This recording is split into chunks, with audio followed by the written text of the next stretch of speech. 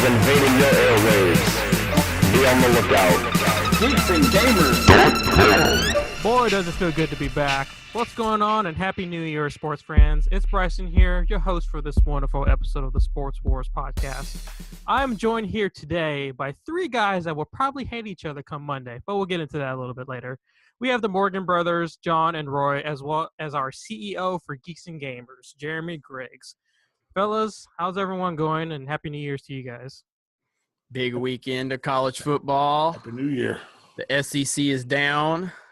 Hopefully the SEC recovers next year. Maybe we can get 4 teams into the 2-team playoff. It's dead and buried. They should just go ahead and throw the dirt on it. Yeah. No, but it was good holiday, good New Year. Missed everyone last week, but we're definitely gonna get 2018 rolling pretty strong, and we'll have a few surprises to announce to all of our listeners next week probably. So far, 2018 is coming up strong with all this sports news going on. God, I got blasted with it all at once. Started with one of the greatest Rose Bowls ever, probably top 3 all time. Mm-hmm. I put it second. I put it second to the Texas USC Rose Bowl. I was just gonna say that. Yeah, that's probably if this game would have been for the national championship, then it might have topped, the Texas USC. But the Texas USC was overtime in Rose Bowl history. Yeah, it was crazy. Blankenship hitting the longest field goal in Rose Bowl. Ride. Yeah, it was amazing. So good stuff.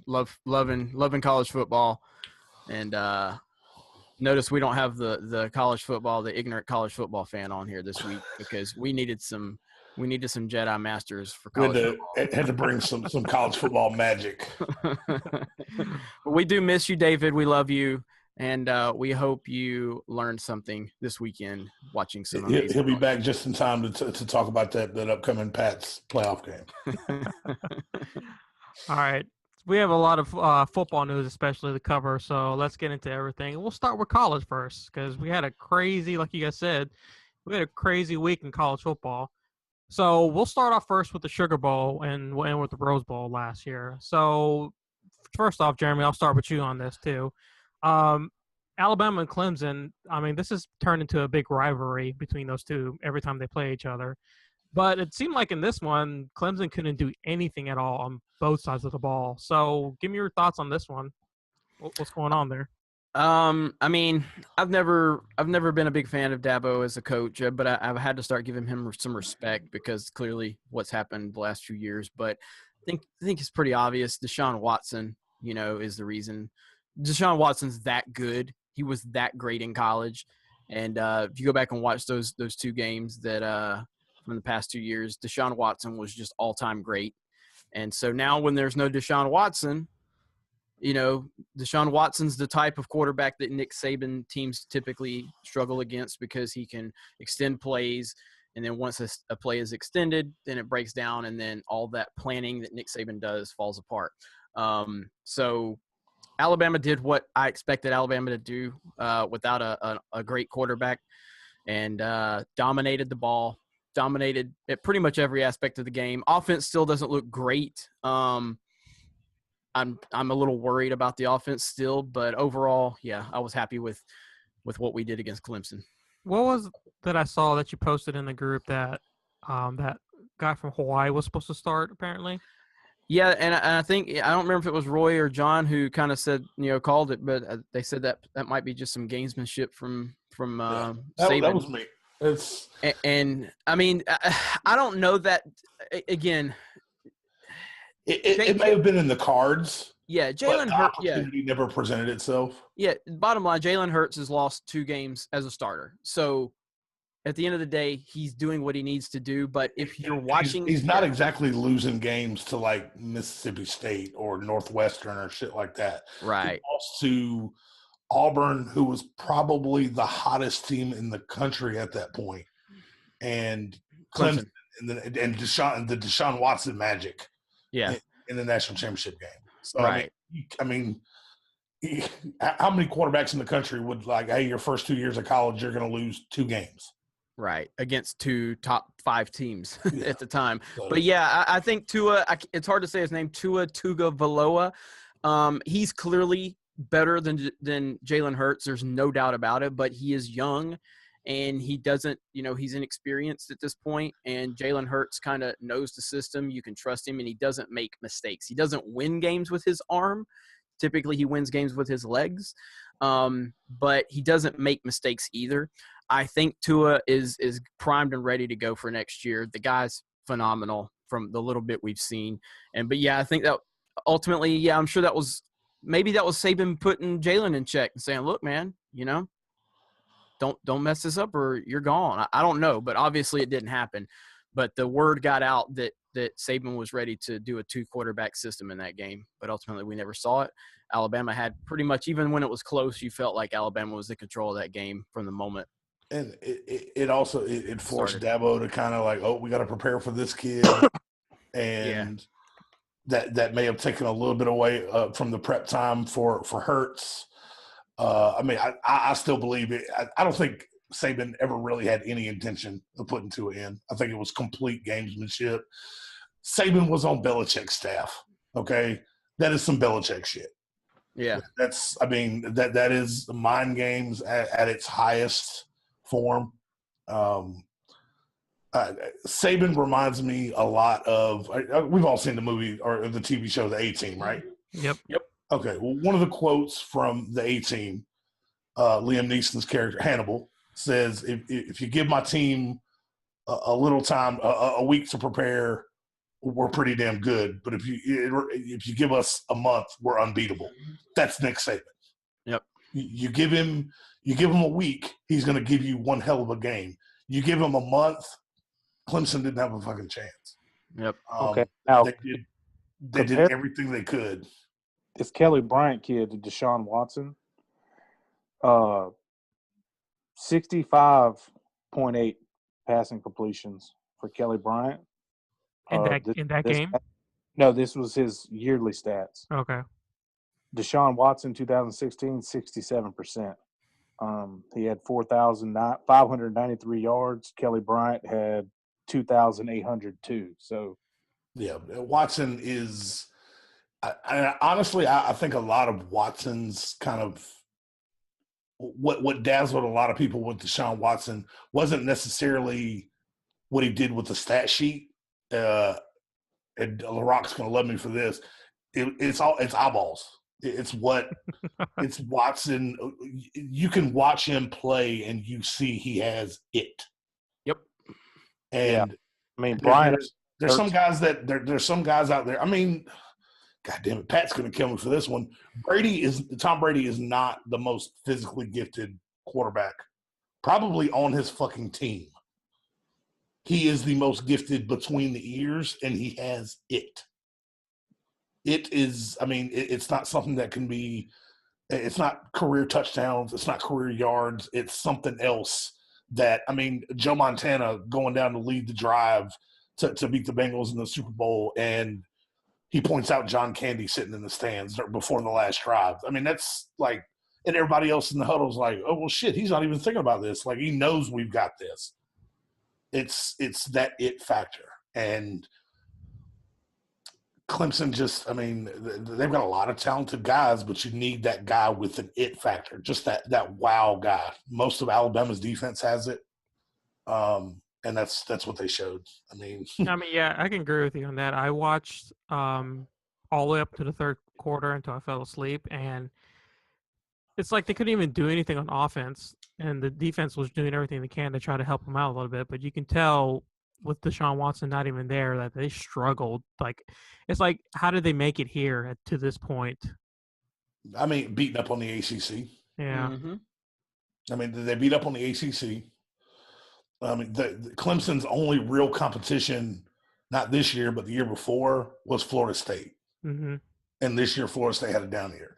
They had no one really. I mean, Miami was, I mean, on their record looked good, but anybody who watched Miami play knew that there was issues. I mean, Clemson didn't really get tested until Alabama.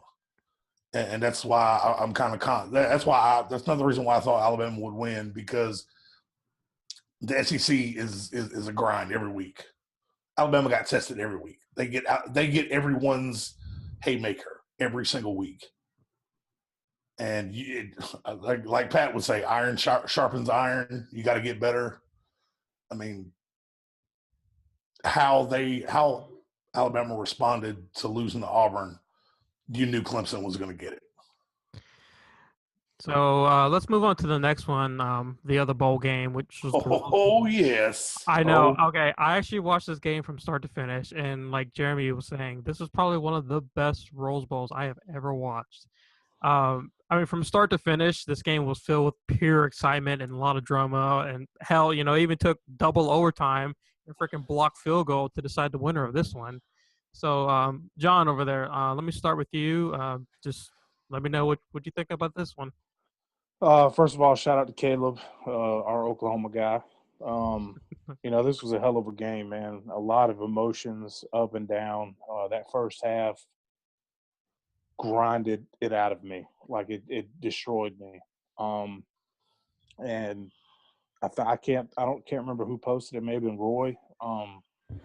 Somebody posted a thing in the group saying, whatever Kirby Smart told these kids at halftime, I need to hear every morning for the rest of my life.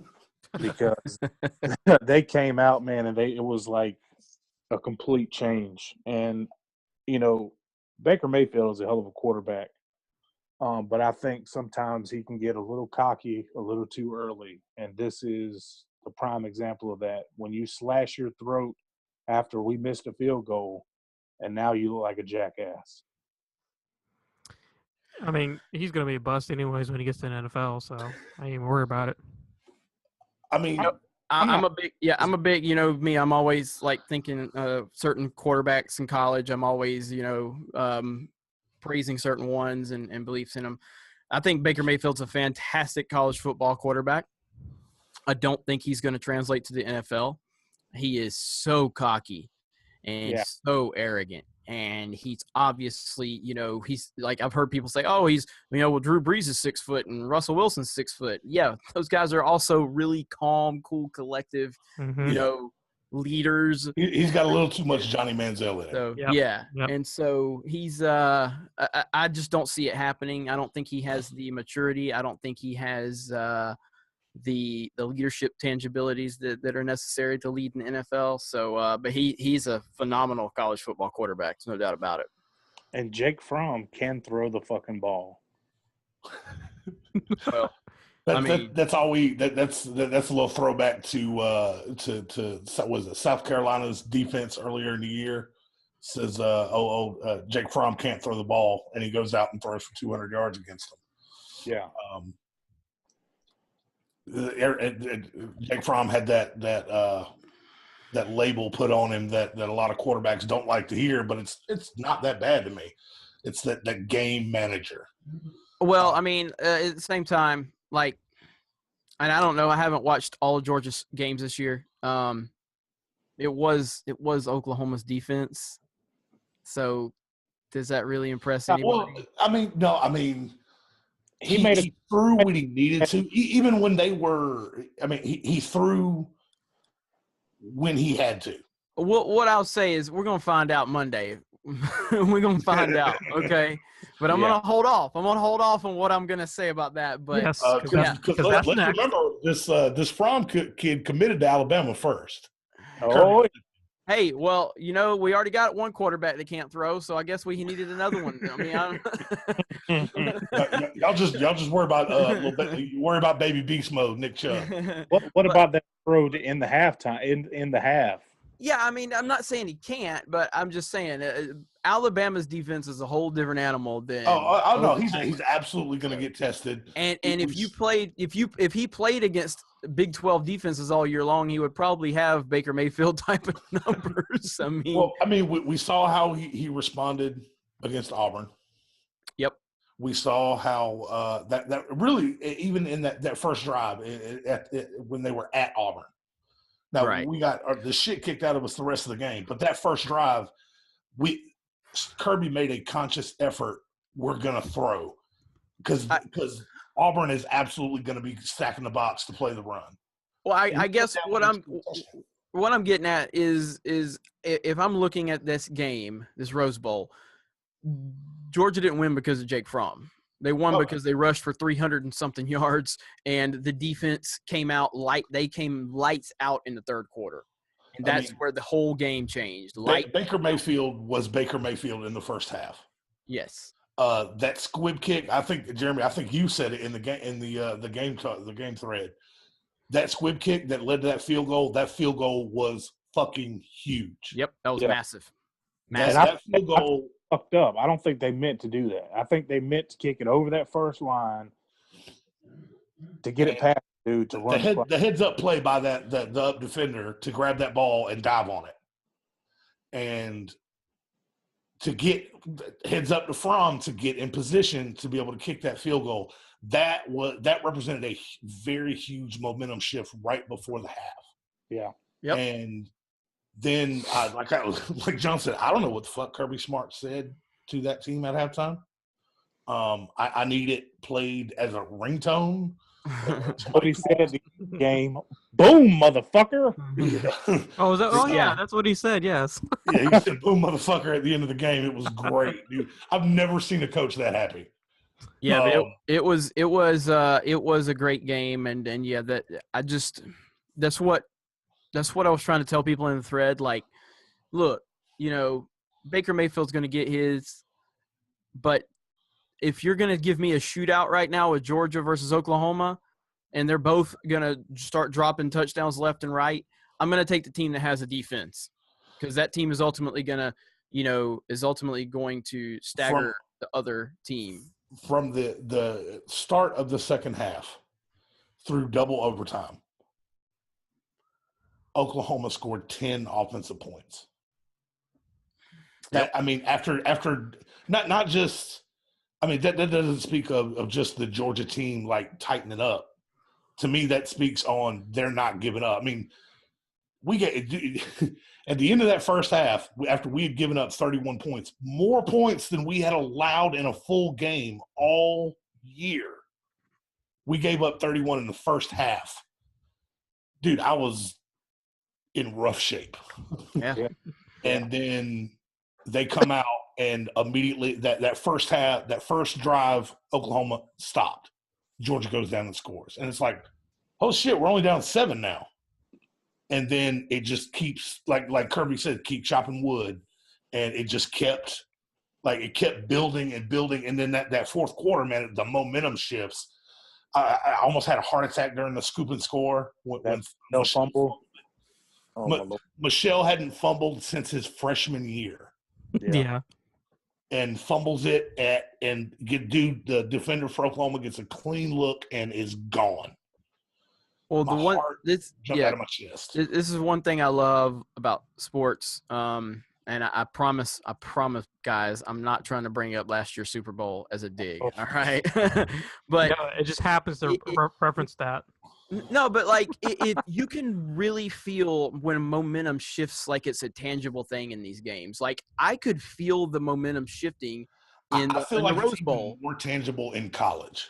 I do too. But you can still, like the momentum was. I mean, it was like it was wearing a fucking jersey. I remember. I think it was Herb Street who said, like, I don't know if people at home can sense the change of momentum in the stadium, but everything's changed. And I'm like, absolutely. I'm like, I can feel it. Like you can feel it.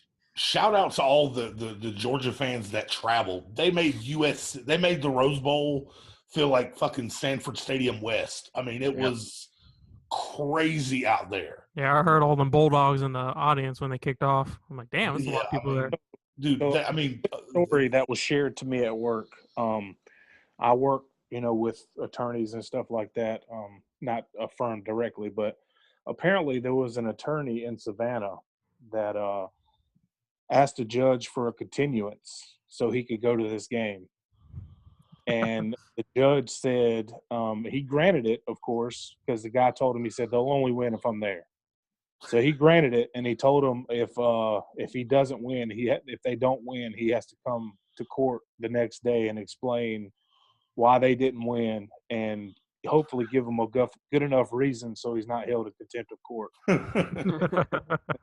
I I thought like that was that.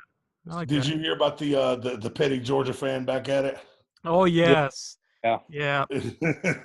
Except But- this time he was standing out in his driveway with a little mini Georgia helmet on. You know, I'll get to that in just a second too. So let's go on to the Georgia and Alabama game here because I already talked to Jeremy about this. So we have the national championship on Monday, Georgia versus Alabama, which is going to be a pretty good battle here. The SEC championship part 2. Pretty much. So for the second time in 7 seasons, 2 teams from the SEC will go head to head for the national title. Now, for the Bulldogs, this is their first opportunity at a title since 1983 when they lost to Penn State. And Georgia's last championship came back in 1980. Alabama, however, will be playing for their 3rd straight title game in 6 of the last 9 seasons or some shit like that. The tie will clash against the Bulldogs in a all-SEC college football playoff national championship game. That was a mouthful. So which means Saban will face his prodigy, Kirby Smart, who served as Alabama's defensive coordinator from 2008 through 2015. And by the way, Saban is 11-0 all-time against his prodigies. So I told Jeremy that I'm picking Georgia in this game only because I wanted to see that Georgia fan be petty as hell again in his neighborhood with a microphone. That is the only reason why I want Georgia to Well, win. I don't know that he's going to reach that level of petty because the Georgia-Alabama rivalry isn't quite what the Georgia-Auburn one is. But still, he said join him again at 7:30 in the morning for part 3 if Georgia wins.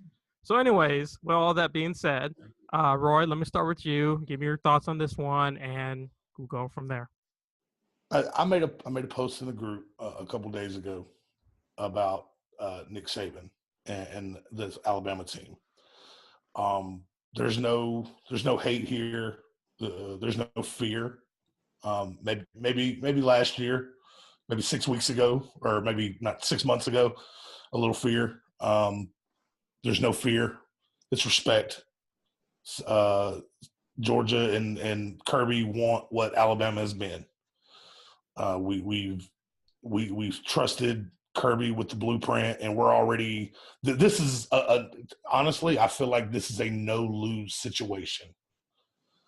We're not supposed to be here. Georgia. If you'd asked Georgia fans at the beginning of this year, what would you have been? What would you have been happy with? Me, John, and Brandon actually talked about this earlier. Shout out to Brandon Hicks. We talked about this earlier. Georgia fans would have been happy with an SEC East championship, going up in the SEC championship game, maybe against Alabama at the time, and we'd have been happy with that. Instead, we get a SEC championship, put on one of the greatest Rose Bowls of all time, and Kirby gets to go against his mentor. And I honestly think that Kirby is probably Saban's greatest student. That's not really a shot against Lane Kiffin or any of the others, but I think they were together the longest. I think Kirby was the defensive coordinator the entire time that Saban was at Alabama. So this is a young Jedi going up against his master. Yes, this is exactly what this is. I mean, Kirby versus Nick. There's no animosity. Neither of these teams is going to give. Kirby's not going to let his boys shit talk Alabama. Saban's not going to let his boys shit talk Georgia. This is going to be good, old school, beat the shit out of each other, meet me at the 50. This is going to be old school football, and it's going to be glorious. I do not think we're going to see a 54-48 game here. Nope. I think we'll be lucky if any team scores in the 30s. So, John, Jeremy made a good point earlier about Alabama's offense, how it's kind of like not the best. But Georgia's defense is actually pretty good, and vice versa for both teams. So this is probably going to be, like Roy was saying, this is probably going to be a really low-scoring game because of that factor, right? Honestly, what I'm hoping is our defense can put enough pressure on Hurts to make him make bad decisions, either by running it and possibly causing a fumble or making bad throws. I don't watch enough Alabama football to know how big players are, So I guess this question will be to Jeremy: is how big is this linebacker Jennings being out for this game? How big is that? It's pretty. I mean, it's definitely going to hurt. There's no doubt about it. And I mean, I pretty much knew that was going to happen. Like when you saw him how he was acting during the game when he went out. So yeah, it's not going to be good for us. That's for sure. But we've been dealing with this all year. So I mean, Yeah. does it hurt? Absolutely. He's a great player. But Alabama's not dependent off one player per se. But it's definitely not. It's definitely going to be something we're going to have to work around. I will say this too. Alabama's had enough. It's time for them to share the fucking wealth. We want to feel that feeling too. Come on, Carmer, you fucking owe me this. All right, Yes. So obviously when Kirby Smart was announced as the head coach for Georgia, I was extremely excited for him. I've been pulling for Georgia.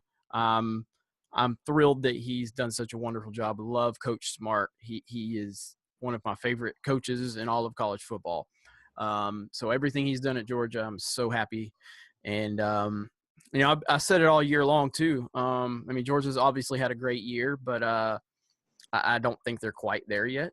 But they're obviously where they want to be. But I kind of relate it back to Alabama. When Saban took over, we made it to the SEC championship, and then we played really well, and then Tebow beat us in the fourth quarter, and then next year came back, won the national championship. So I think Georgia's really in really good shape for the future. But I'm honestly pretty comfortable about this game. I think Alabama's gonna be fine. Oh, shocker. No, I mean, but look, I was nervous about Clemson, but I should have thought about, the fact that Deshaun Watson's the reason why, but I mean, look, it comes down to one thing, Jake Fromm. Jake Fromm is basically a typical pocket quarterback. Nick Saban never loses these guys. True freshman. I understand that, but I'm just saying, like, Nick Saban doesn't lose to quarterbacks like Johnny Manziel, Tebow, or Cam Newton, or Deshaun Watson. Fromm is mobile enough. Like he's not Hurts. Okay, he's not Watson. We're not running the read option here. Well, by the way, don't ever compare Jalen Hurts to Deshaun Watson. That's disrespectful. No, I'm saying I would just the legs. Disrespectful. Fromm rushed for a fair share. I mean, he rushed for a couple touchdowns. No, I mean, yeah. I'm saying I'm just saying, though, at the end of the day, nobody's talked about Jake Fromm being a game changer. No, Fromm's not going to beat you with his legs. Right. And what I'm saying – it's an option. What I'm saying is Alabama is playing Alabama in all for all practical reasons. It's Alabama versus Alabama, but there's no way that player for player, scheme for scheme, Georgia is on Alabama's level at this point because it's just still too early. It's only Kirby's second year, and I know Rick had great recruits. I get all of that, but it comes down to Nick Saban's going to stack the box. They're gonna because obviously Georgia has probably the best running game in the country by far, okay? But Nick Saban's going to stack the box, and he's going to force Fromm to throw the ball a lot. He's going to make mistakes. Alabama's defense is going to create some really bad throws for him, which are going to lead to turnovers. Fromm is going to have to grow up very so. fast. Yeah, and I just don't like. I'm not saying it's going to be a blowout per se or anything like that. I'm just saying I feel pretty comfortable about it. What I'm saying is only Alabama can beat Alabama. Georgia's not going to beat Alabama. No. What I'm saying is if Kirby Smart and Nick Saban are facing each other in 2 years from now, that's a whole different Kirby Smart team than what Kirby Smart has right now. Like Kirby Smart's still dealing with Mark Richt's recruits, which isn't necessarily a bad thing. I'm just saying it's not. Kirby Smart's only his second year. Look what happened to Nick Saban in his second year. He got smoked by Tebow. But then the next year, the third year, once it was more of Nick Saban's actual team and actual system and his recruits, then we smoked Tebow. You know what I mean? And went on to win a national championship. I mean, Georgia is in a no-lose situation. Very few experts or Very few people outside of the state of Georgia are saying that Georgia's going to be able to do anything. But I mean, folks kind of said the same thing that Baker Mayfield was just going to fucking shred us. And Right, for half he did. But again, that's people that don't understand. Like, I mean, Georgia's defense was going to at some point impose their will on Baker Mayfield at the same time. and that's I think that's why I think this comes down to a battle of the defenses. Yep. This is going to be defense and run game. Absolutely. I don't think Hurts is going to win this game for Alabama. I don't think Fromm's going to win this game for Georgia. Although Fromm could if he'd have to play lights out. Well, the difference is Jalen Hurts. He's not going to win it with his arm. Okay. Yeah. I mean, but he may make a pass here or there, but Jalen Hurts can run like probably no quarterback in college football. And the advantage the big advantage Hurts has. Running back. So the big advantage Hurts has is he's been there before. Yeah. This is nothing to him. As a Georgia fan, I've watched Fromm all year from the Notre Dame game to last week. Just respond. I mean, the kid is – I mean, he goes into South Bend and does his thing against Notre Dame. He gets punched in the mouth in Jordan-Hare against Auburn and then comes out that SEC championship game and goes at it and does his thing. So, I mean, I definitely like where the team is. This is going to end up being a defensive battle. Whatever defense can force more mistakes is going to win. So let me ask this real quick. John was trying to talk.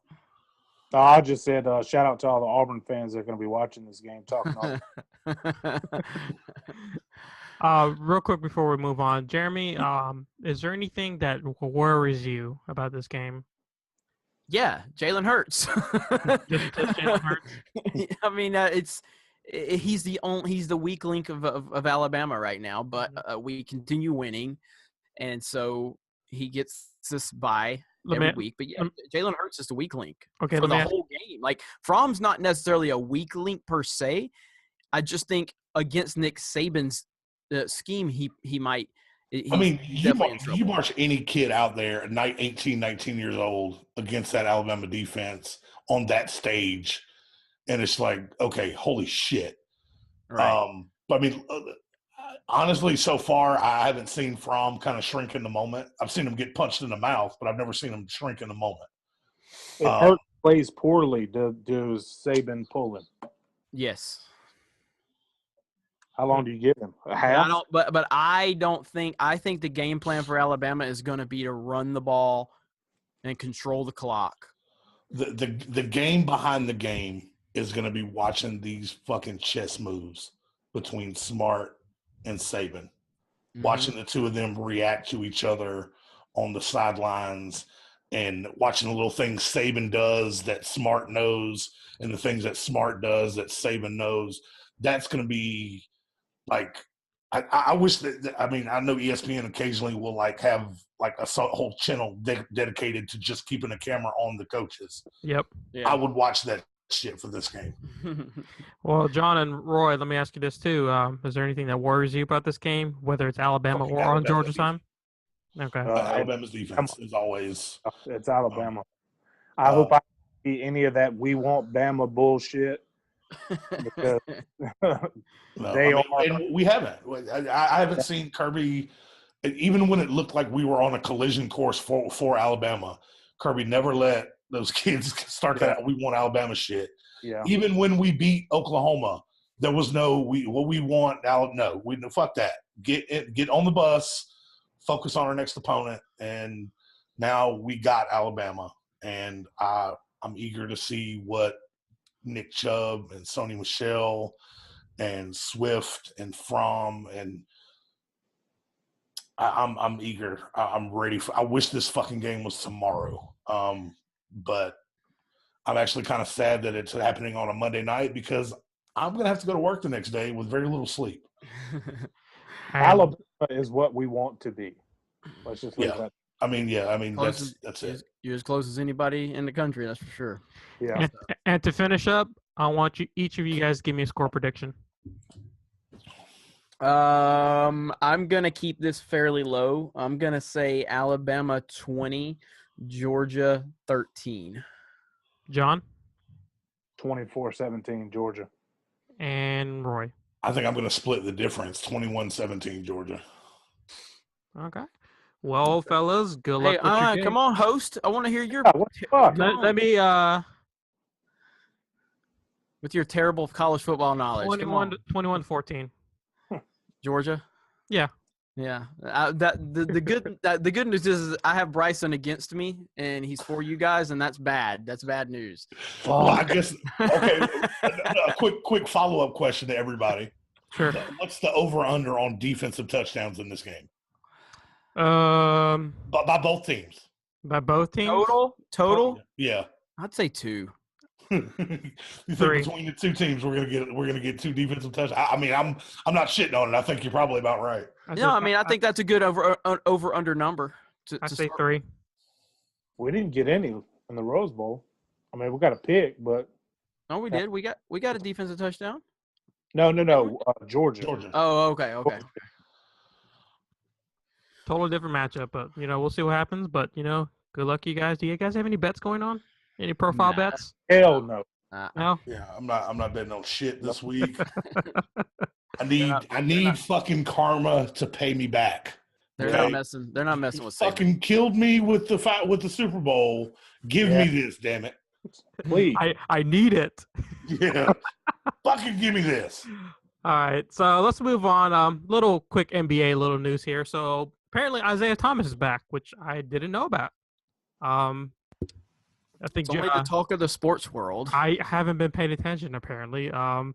So I guess he's playing tonight too against Celtics. Celtics. Yeah. Yep. So Watching that right now, actually. That Yeah, just broke right before we came on because it was reported that he wasn't playing tonight. And It was reported as late as this afternoon. On the drive home from work, Coward said that Thomas wasn't playing tonight. So with that being said, what kind of presence does he bring now? well, I mean, it's really what it comes down to is LeBron James is so good that I could join the Cavs and probably average 12 points and 8 rebounds and 6 assists. That's how good LeBron is. But Isaiah Thomas is a really good player. He's a really good player.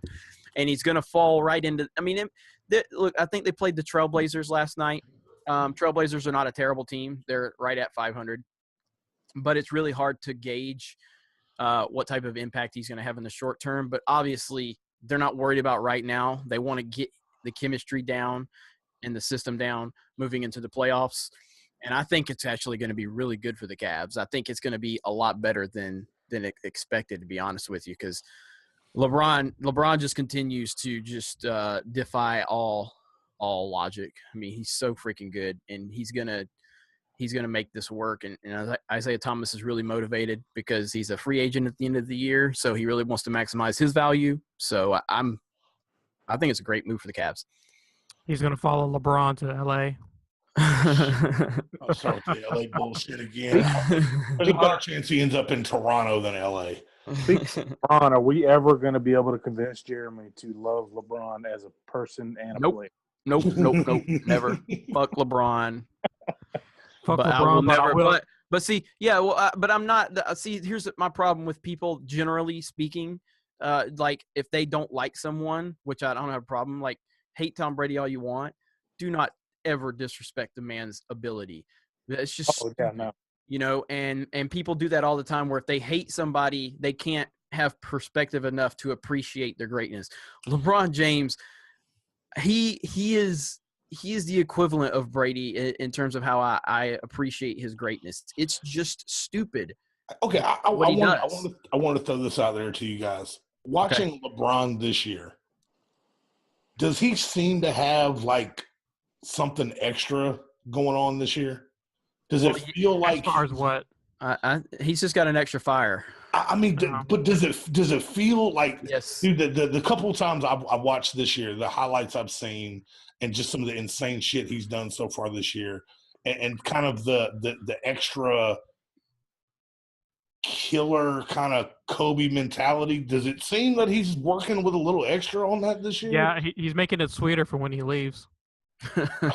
No, I think he's got a little. I mean, I think last year's finals kind of burned him a little bit. I think the whole Kevin Durant thing is probably, while I think it's still beyond ridiculous to claim anybody's on LeBron's level. I think if you look back on all of the players that have been compared to LeBron over the years, it's kind of like the same thing with Brady. There's always who's the next quarterback that's better than Brady according to the media. It was Steph with LeBron and all that. Steph was a gnat at LeBron. LeBron's on his yacht, and Steph could be a little gnat flying around that he has to swat.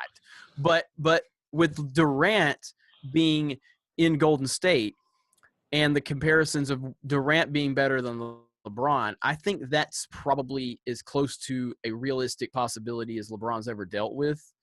And so I think that's fired him up a lot with the Durant comparison. He seems to be playing I mean, not thinking it was possible for LeBron to kick it into a higher gear. Yeah. It feels like he's playing with a higher gear. He's having one of his best seasons ever. And he's like 33, 34. Right. And honestly, that 33 or 34 is basically like a 38 years old in terms of the body and the wear and tear because he can go to college. It's crazy. It's the equivalent of what Brady's doing at 40. It's crazy. So anyways, going back to Isaiah Thomas. Yeah, sorry. Kind of got on your little fantasy rant there about your boy. Well, I mean, but you can't talk about the Cavs without it. Really comes down to LeBron. Of course, but now that Isaiah Thomas is back, yes, I'll let the Morgans go because I talked enough. Well, with having Isaiah Thomas back, does this raise their chances of winning the championship this year? I mean, it moves the chances. Keep your mouth shut. Creates it better. I mean, it makes the chances better that they're going to sweep the fucking Celtics. I mean, even if the Celtics, I feel like even if they were full strength and when I say full strength, I mean with Hayward, they may win 2 in the series. They weren't going to beat the Cavs in a 7-game series. I still think there's room to improve for the Cavs. There's moves I feel like that they could probably make that would that improve their chances against the Warriors. Isaiah Thomas is going to take enough of the scoring load off of LeBron.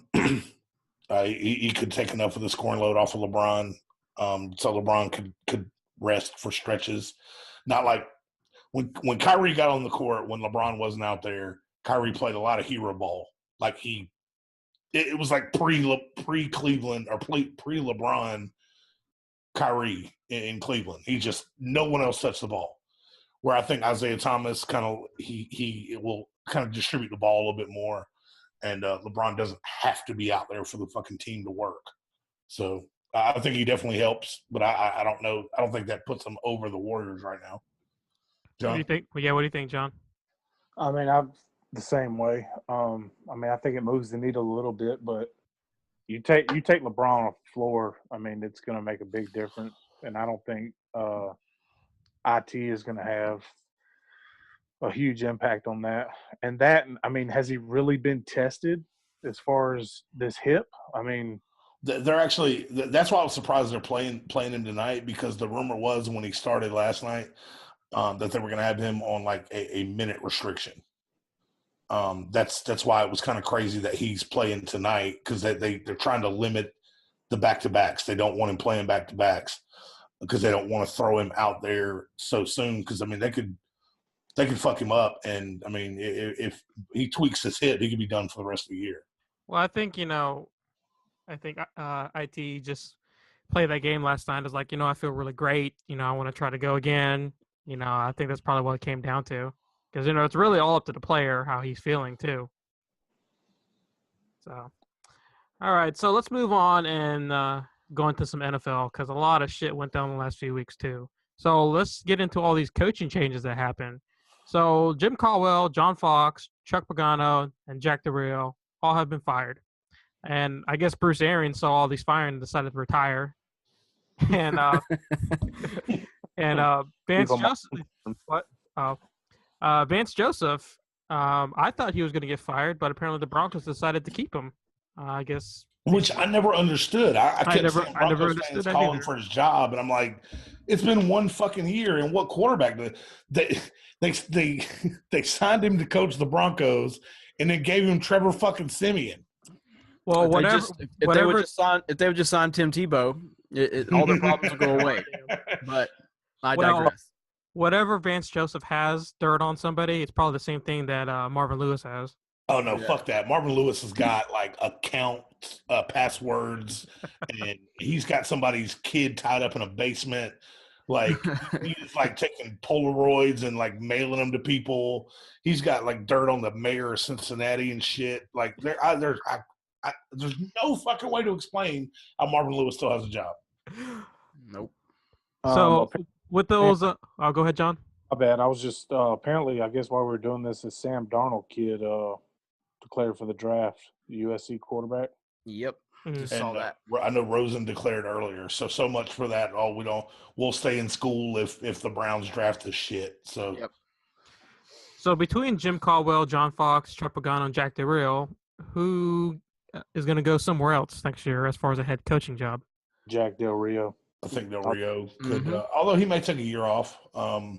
It wouldn't surprise me if he took a year off.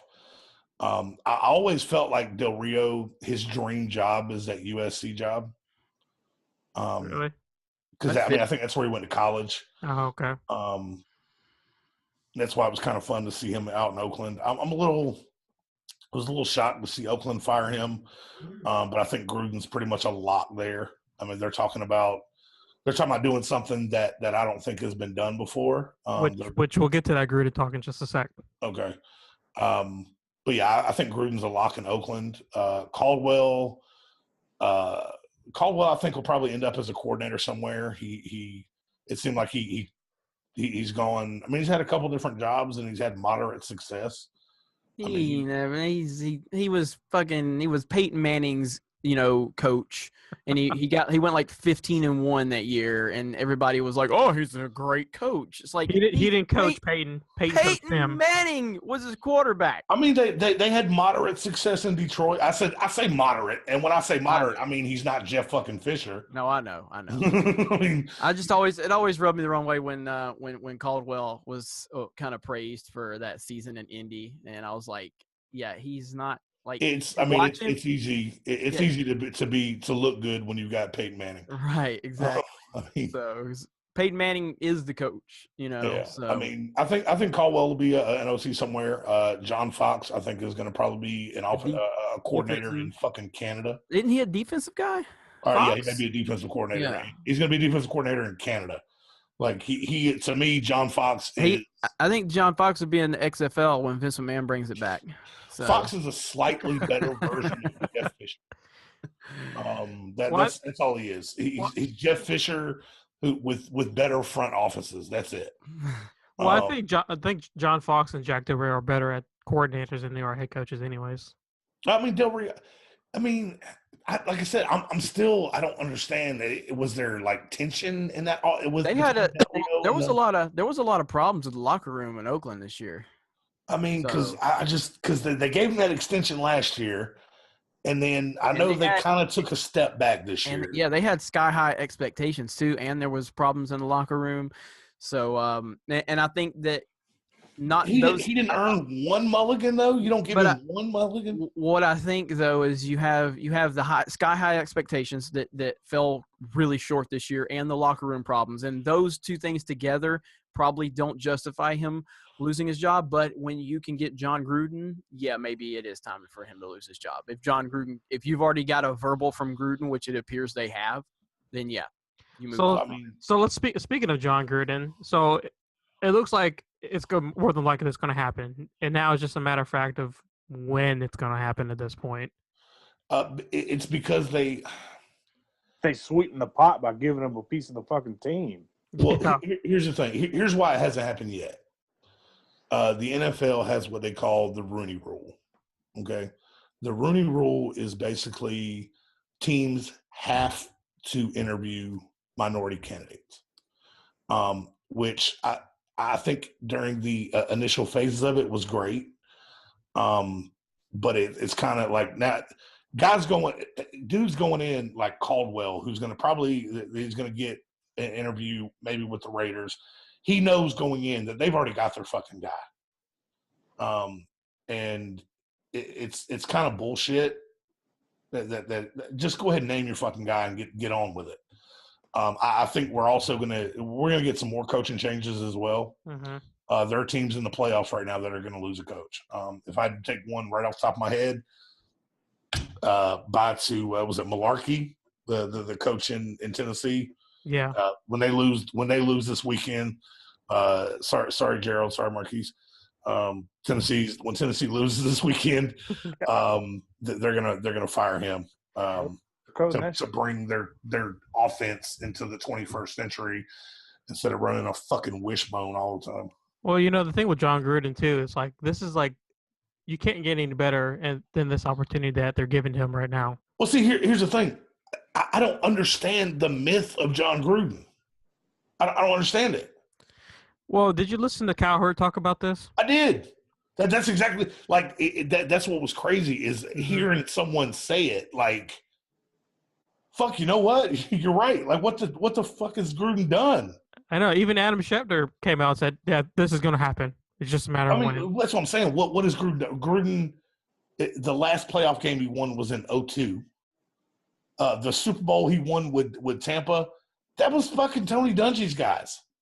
I mean, sure, Tony didn't take them over the hump. Yeah. Right, but this is opening up a bigger question. I'll try not to veer off too far off course, but as long as it's not Tim Tebow, we're good. This is well, I mean, you can use Tim Tebow in the equation I'm bringing up, but at the end of the day, and I don't mean good looks or anything specifically good. I just mean a certain look. Certain things matter to certain ways people are perceived. John Gruden won a Super Bowl. Yes, we can pick apart the reasons why he won the Super Bowl, but he also has that Chucky mentality, that tough guy, macho. He just has that mentality, that personality that people are drawn to and they love it. He's got a really likable personality. So that affects the aura that surrounds him. If you look at somebody like Peyton Manning, not the most handsome man in the world, not Tom Brady, but he has this wholesome, like, I could have a beer with him. I could see him, at the Home Depot buying some lumber. So you put him on Papa John's commercials because he's got that likable feel, and that elevates his overall, perception of his celebrity. Not to mention he is a great quarterback. But then you have like people like Tim Tebow. Okay, if Tim Tebow looked like Johnny Manziel, then nobody would really elevate Tim Tebow to be this super nice guy. Like, Tim Tebow's a good-looking guy, and he's got a six-pack and all those things, plus the fact that he's a great guy that's added to everything. But if Tim Tebow looked like me, nobody'd give a damn about him. You know what I mean? Like, nobody would care about a dude with curly hair and man boobs. You know what I'm saying? But because Tim Tebow so, I mean, so the John Gruden thing, it comes down to just this collection of, he did win a Super Bowl, and then his whole Monday Night Football thing, the Gruden grinder, his personality, the way he talks, the way he carries himself, it all plays into it. I mean, he's gonna bring a great amount of energy to that team. I mean, he's got this like John Madden kind of mythos built around him. Again, what did John Madden really ever do? Like, I know he. Okay. Makes a hell of a football game. I was just about to say that. What? He makes a hell of a football game. Exactly. But like, people don't even know John Madden people that know John Madden generally don't even know he was a coach. John Madden's career winning percentage as a coach, obviously one Super Bowl win. His winning percentage as a head coach, 0.759. He won 76% of his games. But that's not why people look up to him and remember him. It's because he had a football game and a personality. I mean, like Joe Namath. Joe Namath is in the Hall of Fame, most overrated Hall of Famer of all time. Biggest crock of shit because of one moment, one prediction that has lived on forever. John Gruden is a slightly above 500 coach whose last playoff win was in 2002. Which was his first year in Tampa. He has not. He hasn't had a playoff win since, like I said, 2002. His win-loss percentage is .54. He had two winning seasons in Tampa. Either way, it's either going to be really good for Oakland or it's going to fail miserably. So we won't know until it happens, which is more than likely it's going to happen. It's going to be interesting. Oakland's going to end up trading him again. It's going to be very interesting, and I think we can all agree on that. So they're going to trade him to Tampa. He's a good teacher. He'd taught old Biscuits how to do a hard count. All right, Shout out Aaron Morris. So let's move on to some playoffs because the NFL playoffs are playoffs. That would never get old. Anyway, so we have Wild Card Weekend starting on Saturday. So let's start off there, shall we? The first matchup, we have the Titans at Kansas City. And believe it or not, the Titans are 2-0 against Andy Reid and the Chiefs. Also, if the Chiefs have proven one thing under Andy Reid, it's probably that they're completely capable of finding new and fantastic ways of losing in the playoffs. I'm picking the Titans in this matchup. And the winner of this one will face the Patriots. So RIP to them. So, John, let me start with you first. Who wins this game? Titans. I think the Titans are going to win this game. Give me 21-10. Okay, I like that. Roy? Short and sweet. I'm going Chiefs, man. I mean, the Titans, Andy Reid is an amazing first-round playoff coach. He is going to knock off Tennessee, who just kind of limped in. Again, sorry, Gerald. Sorry, Marquise. He's going to knock them off. They did it last year when they had the first-round bye, when they who came in there and they just fucking blasted them. Or no, it was the year before. They came in and just blasted them. Andy Reid is going to coach the guys up. They're going to get a little extra confident, a little extra cocky, and I still think the Chiefs could probably make a run to the AFC Championship game, but it is Andy Reid coaching it, and it is January. January is his weak point. Is his weakness. Maybe it's because Waffle House is serving chili. I don't know. His little Waffle House menu he keeps on the sideline. I think the Chiefs are going to win it. I don't think it's going to be particularly close. It'll probably be 35-10. And Jeremy? So the New England fan of me wants the Chiefs to win so we can have a rematch of Week 1.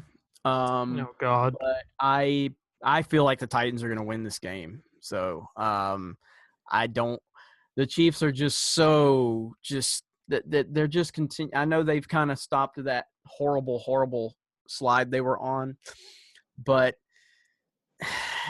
I just think Mariota's going to do something. I've got a lot more faith in. I think Titans fans are hoping for the same thing. Yeah, I think I trust Mariota more than Alex Smith, and I'm not against Alex Smith, by the way. I like Alex Smith, but he's just he's always going to be a B- quarterback, and he's never going to be higher or lower. He's always going to be that. Whereas Mariota can elevate. And again, you're talking to someone who was really down on Mariota coming out of college, and he's proven me wrong. He's turned out to be a really good pro quarterback, and the Titans have showed flashes this year, but they've also been really inconsistent at times. But I'm going with Mariota. So, and I'm going to go 24-17 Titans. And that'll make Bryson happy because he loves Marcus. Hometown boy, I guess. I didn't give a score, so let me go with 28-10. Wow. Is that Tennessee? Yeah, Tennessee. Yeah. All right, so next matchup, we have Atlanta at the Rams. So statistically speaking, the Falcons have a better defense in this matchup. They've also surrendered fewer points in yards than the Rams. Plus, the Falcons also have more playoff experience than the Rams, who will be playing their first postseason game since 2005.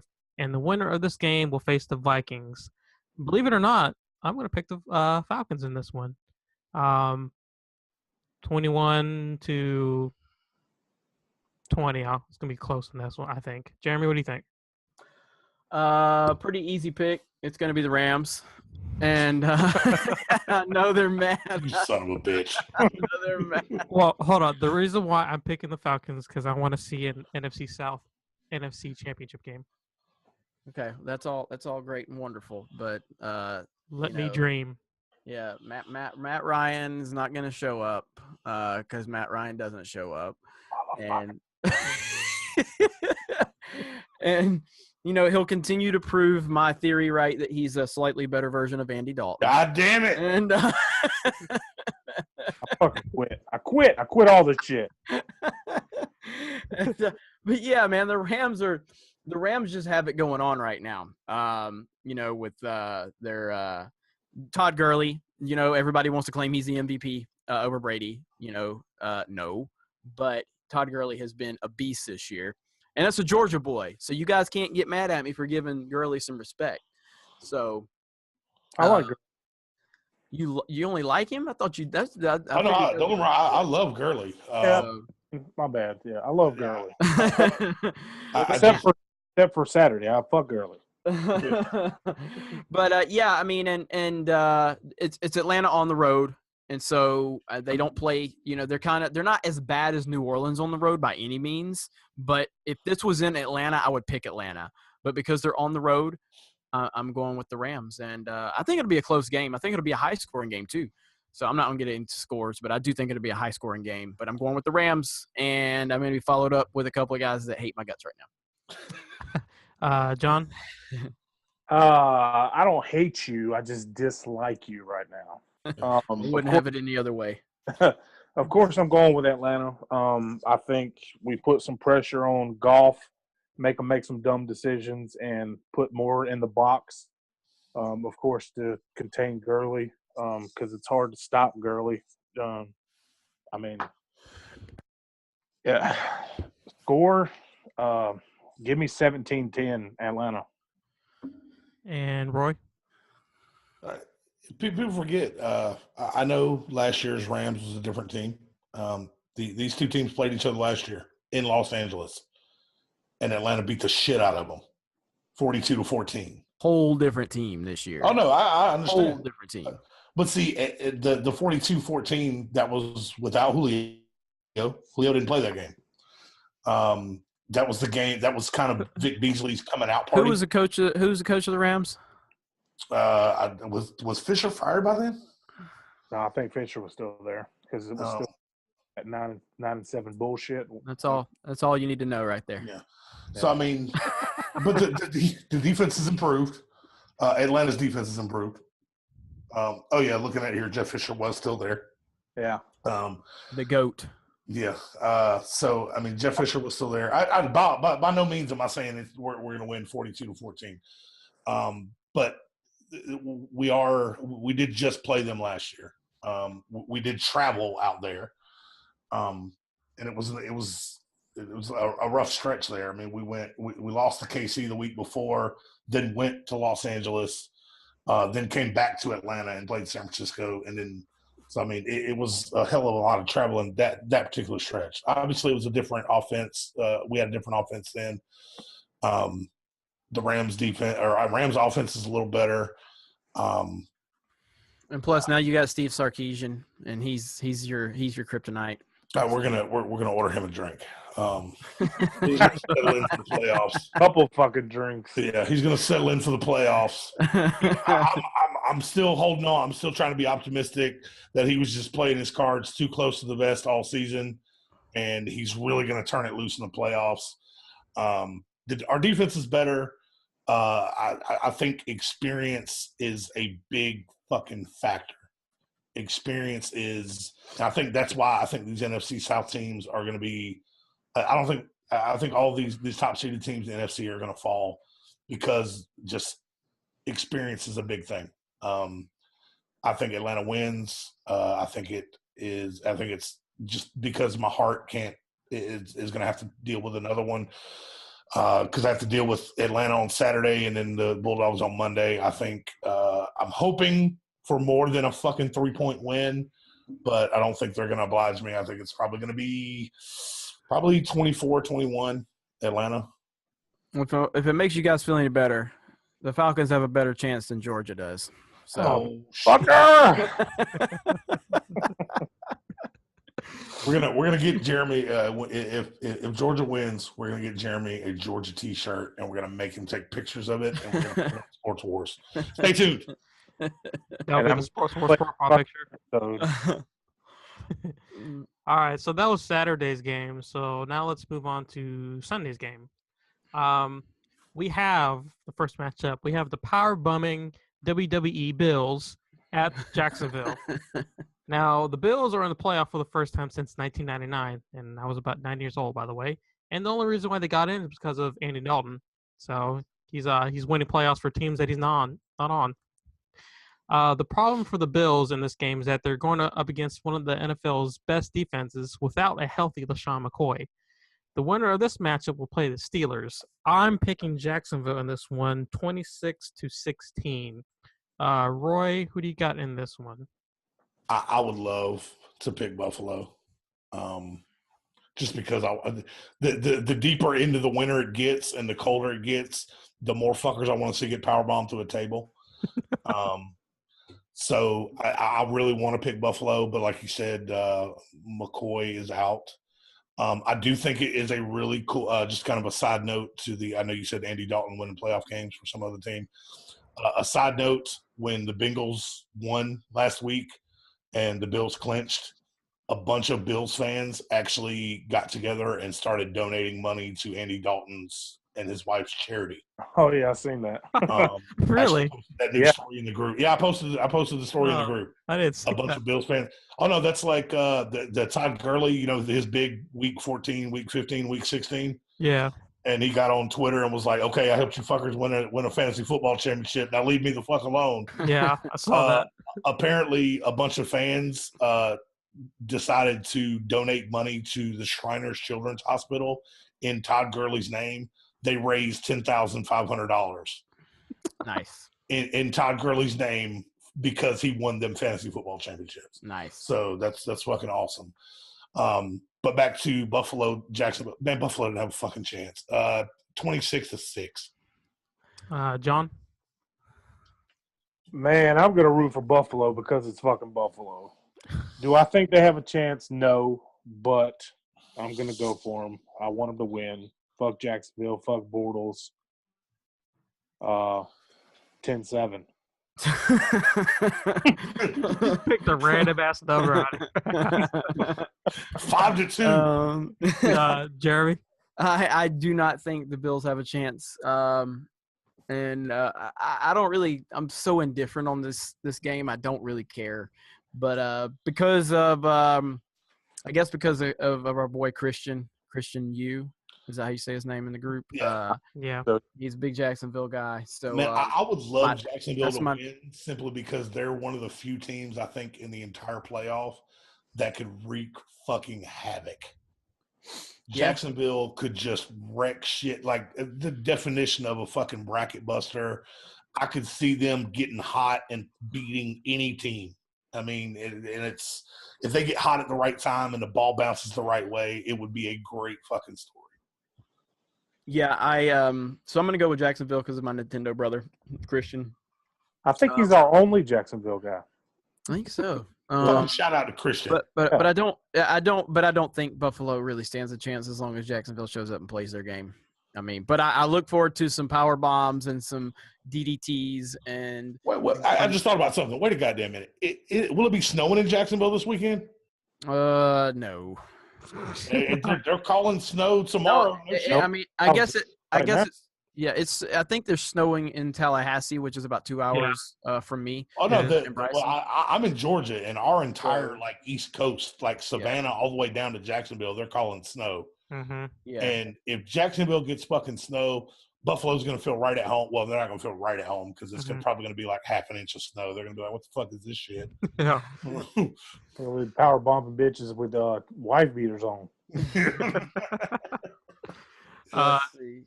Yeah, Did you get there's no way. There's no way. Saturday it says it's gonna be like 49. There's no precipitation, so nah. I think the snow's coming earlier. I think it's coming tomorrow or Friday. So it'll be gone by Sunday. Did you give a score prediction, Jeremy? Florida snow. No, I mean no real prediction. I just think Jacksonville's going to win comfortably. But I really my bigger thing is I really hope the Bills fan shows up and power bombs people. So that's the best part of it. The Bills fans are the best. They're probably renting out the Buffalo Stadium, or was it Ralph Wilson, just to have like a simultaneous power bomb of like hundreds of people at once. Yeah. Choke slamming their girlfriends. It's great, man. It's great. Somebody catches on fire. Dude, there are better ways to stay warm. Yeah. All right, so we have the final wild card matchup featuring the Panthers at New Orleans. I'm looking forward to this game. I am too. I think this probably might be the game of the week in this one. So the bigger question is, which Cam Newton is going to show up, because we honestly don't know in this one. Cam Newton is going to beat the fucking Saints because they ain't beating them 3 times. Yeah, the Saints already swept them 2 times this year, and if the Saints pull off the win, they'll become the 14th team since 1990 to pull off a 3-game sweep. And oh, by the way, the Saints haven't lost a home game since January 1993. So of course I'm going to pick my boys in this one. I think it's going to be high in the playoffs. Yeah. Yeah, I was going to say there's a whole shitload of home games they lost. Yeah, I know. I personally think it's going to be a high scoring game. I think 34-23. Now, when you pulled out that stat of New Orleans not losing a home game in the playoffs since 1993, how many fucking home playoff games have they had in that span? Like 4? Enough to make a stat out of it. Don't piss on my parade, man. Atlanta's only lost 1 home game in the playoffs in 50 years. Mercedes-Benz Stadium. You've only had 3 fucking home playoff games in 50 years. Goddamn. Never lost a playoff game in Mercedes-Benz Stadium. That's I'm going to start telling people that shit all week. We have never lost a playoff game in Mercedes-Benz Stadium. Do it, man. It's a great we've never fucking played one there, but that's okay. Also, the winner of this one will face the Eagles. So, John, I'll start with you. Give me your thoughts. As previously stated, New Orleans will not beat Carolina 3 times this year. Is the score going to be 10-7? No. I'm looking like 28-10.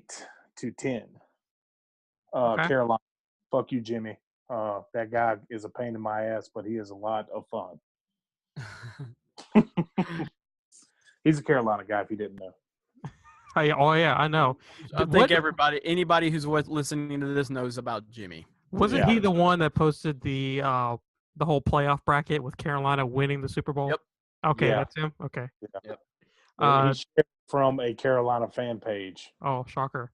Yeah. Roy? I think New Orleans is going to take it. Carolina's ride is over.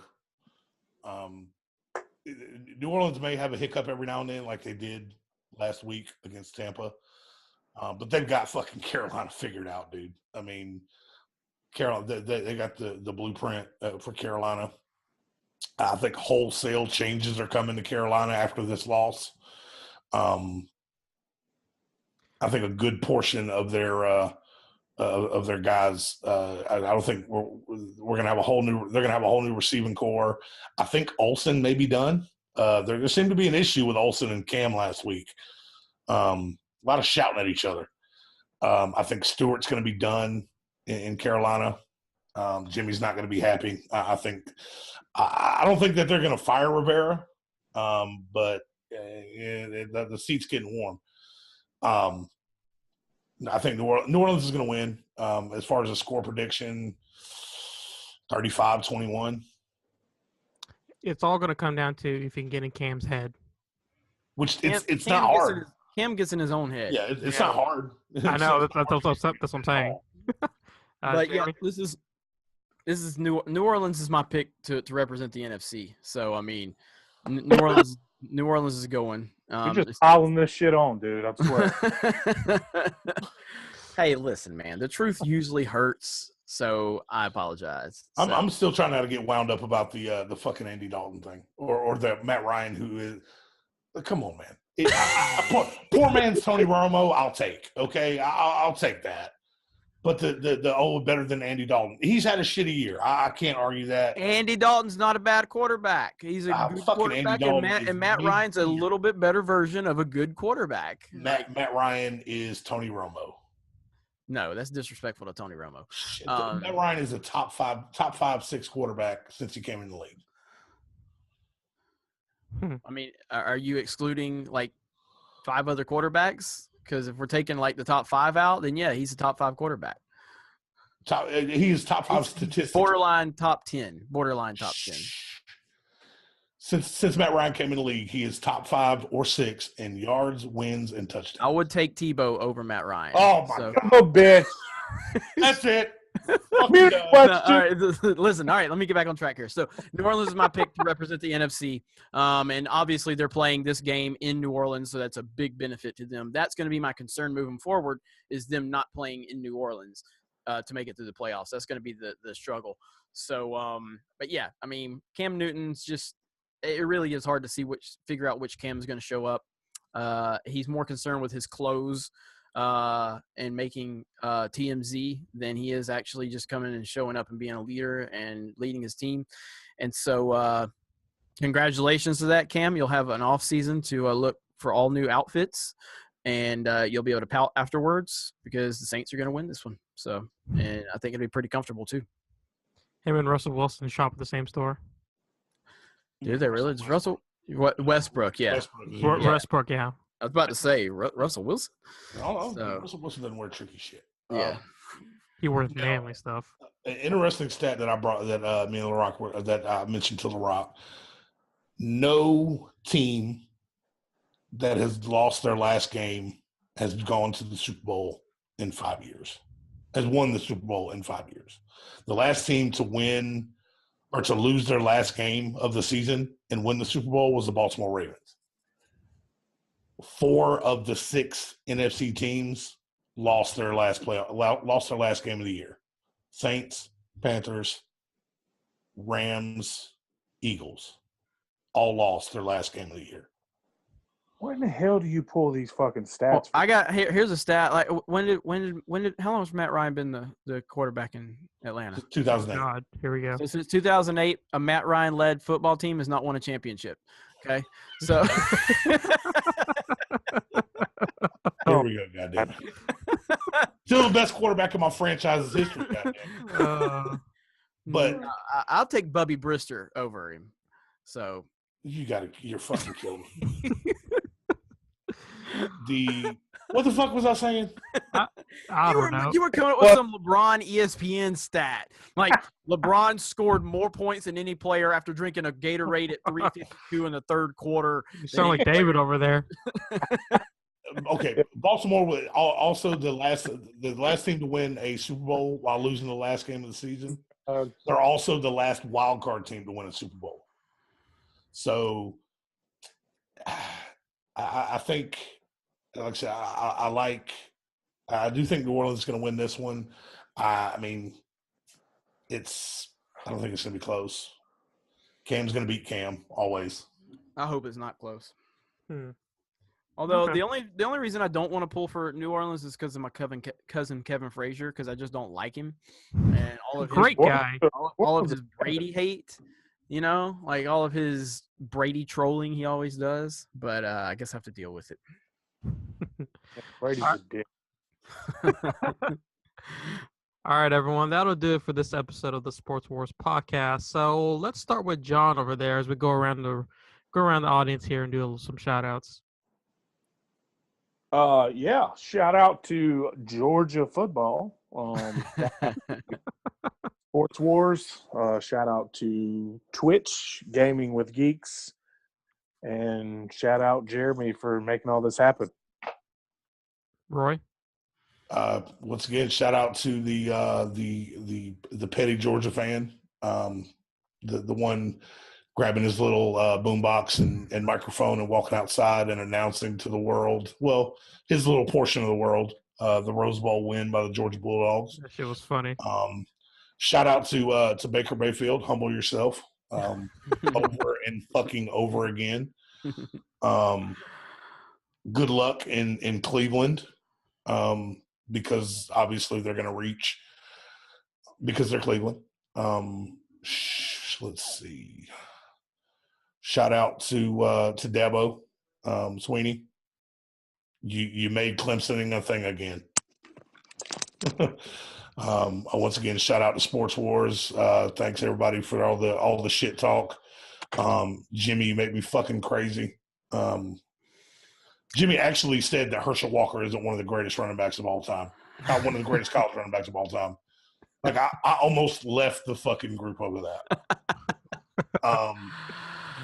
Shout out to Jimmy who apparently doesn't know football, and shout out to Jimmy's optometrist that he's going to have to be visiting because he needs some glasses. I'm done. Jeremy. All right. So shout out to my admin team for our social media Facebook groups. I've stepped away from our main Facebook group and dialing back all of my activity on all of our groups. And that really comes down to because I have a lot of confidence in our team to maintain it. And so really, really appreciate everyone stepping up and doing that so I can focus on other areas of Geeks and Gamers. And I want to give a shout out to John and Roy. I got to meet them both this past week. So we got to have lunch at one of the greatest places on earth, which is Zaxby's. So shout out to Zaxby's for being Zaxby's and having awesome buffalo chicken, boneless chicken. And and just shout out to everyone in the community. And check out our Patreon account. It's Patreon/Geeks and Gamers. And consider just supporting us for at least $1 a month. It helps more than you know. And you can't see this video, but I really want to buy Bryson just something, just like he's got chapped lips right now because it's so cold here in Florida. And we need. I'm gonna love when our northern members listen to this and hear you and Bryson talk about how cold it is. Man, Yeah, I it was heard that. And they're gonna 25 look the up other the day. temperature for the day, and it's like it is 30 degrees. Aaron's already giving me shit because I was like, "Oh man, it's cold here. It's 20 degrees," and he's like, "Dude, it is fucking 11 degrees right now. It's like 30 degrees is barbecue weather in Chicago." Yeah. But but I had a great time meeting the Morgans and their families, and that was really cool. And just hope to continue meeting more people from the team and the community moving forward. And other than that, we got a hell of a weekend of football coming up, so I look forward to discussing it next week with everyone. I may or may not be on next week, depending on what happens. All right, so thank you everyone for listening in. It's been a really fun episode, and be sure to catch us here next week. We'll see you guys.